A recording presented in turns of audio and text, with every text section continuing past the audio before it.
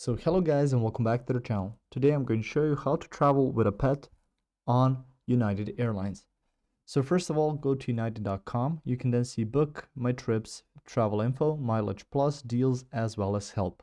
I suggest you go to help since this is the main page where you can add stuff and see if you're eligible for certain options on the United website.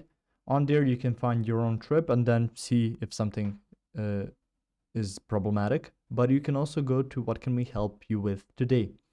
So on here, you can see the option traveling with pets, and you should click on that. So you can see the in-cabin pets, everything you need to know before you bring your four-legged friend on board. So you can click see how and if you can fly with your pet. So click on that.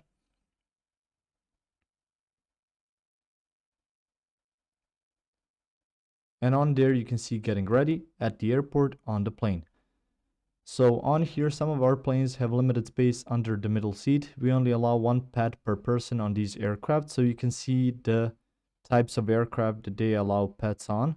And it says here, where can I fly with my pet? So it really depends on even some local regulations. You can make sure your pet fits, so you can see the dimension of the bag in which you can carry your pet.